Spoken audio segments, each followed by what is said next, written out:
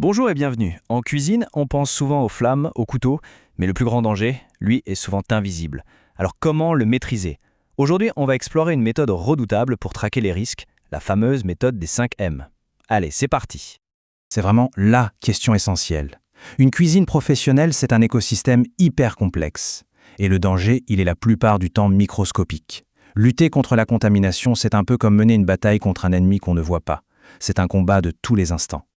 Et face à ces risques, réagir après coup, ça ne suffit pas. Il faut être proactif.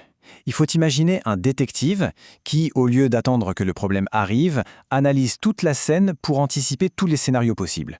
C'est vraiment cette vision à 360 degrés qui fait toute la différence. Et cet outil de détective, justement, c'est la méthode des 5 M. Son but? Mettre de l'ordre dans ce qui peut sembler être le chaos d'une cuisine. En fait, elle donne une grille de lecture hyper simple pour classer toutes les causes possibles de problèmes en 5 grandes familles. C'est logique et surtout, c'est incroyablement efficace. Alors, quels sont-ils, ces fameux 5 piliers? On va les décortiquer un par un pour bien comprendre la logique derrière cette méthode. Les voici. Nos 5 suspects habituels. Milieu, main-d'œuvre, matière, méthode et matériel. Pratiquement chaque élément d'une cuisine peut être rangé dans l'une de ces boîtes. C'est la fondation de toute l'enquête sur les risques. Premier M, le milieu.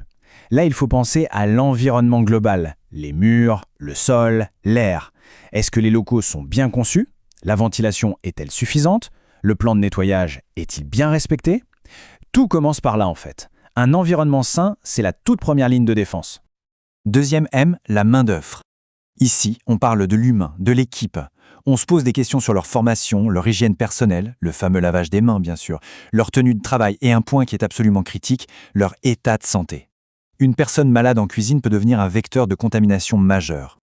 Troisième M, la matière. C'est simple, c'est tout ce qui va entrer dans la composition des plats. Chaque ingrédient est comme une porte d'entrée potentielle pour les risques. C'est pour ça qu'on contrôle tout dès la réception, qu'on assure une traçabilité parfaite et évidemment qu'on ne rigole pas avec la chaîne du froid. Le quatrième M, c'est la méthode. Autrement dit, comment est-ce qu'on fait les choses? Le grand classique, c'est d'utiliser la même planche pour couper le poulet cru et ensuite les légumes pour la salade. Ça, c'est le parfait exemple d'un problème de méthode. Les températures de cuisson, les temps de refroidissement, le stockage, chaque procédure est une barrière de sécurité ou une faille potentielle. Et on termine avec le cinquième M, le matériel. Ça va des couteaux jusqu'au four en passant par les plans de travail. Est-ce que tout est conforme aux normes, bien entretenu et surtout, est-ce que c'est parfaitement nettoyé et désinfecté? Un seul outil mal lavé peut ruiner absolument tous les autres efforts. Voilà, nos 5 catégories de risques sont posées. Mais si on devait pointer du doigt le plus grand danger, le véritable maillon faible de toute cette chaîne, ce serait lequel à votre avis? Alors, qui est le coupable numéro 1? Le milieu? Le matériel? Les ingrédients? La façon de faire? Ou alors l'équipe? La réponse, elle est assez claire. Et le chiffre qui suit est assez saisissant. Le voilà, ce chiffre, 80%, c'est juste colossal. Mais 80% de quoi exactement? Eh oui, dans 80% des cas de contamination alimentaire, la cause est liée à la main-d'œuvre.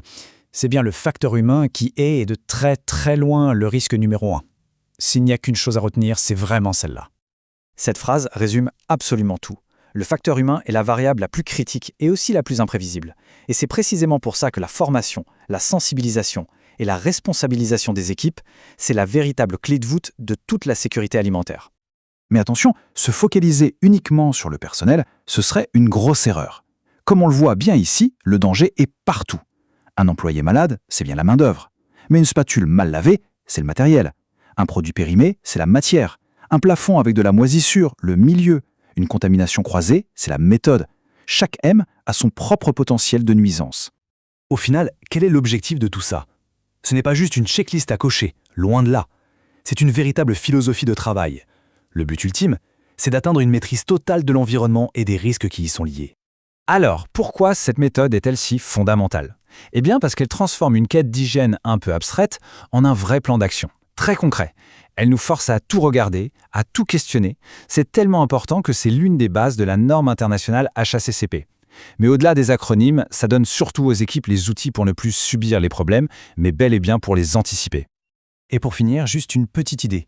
Cette grille de lecture, milieu, main-d'œuvre, matière, méthode, matériel, elle est tellement puissante. Est-ce qu'on ne pourrait pas l'utiliser au-delà de la cuisine, pour analyser un projet au travail, organiser un déménagement ou même pour améliorer la sécurité chez soi? La question reste ouverte.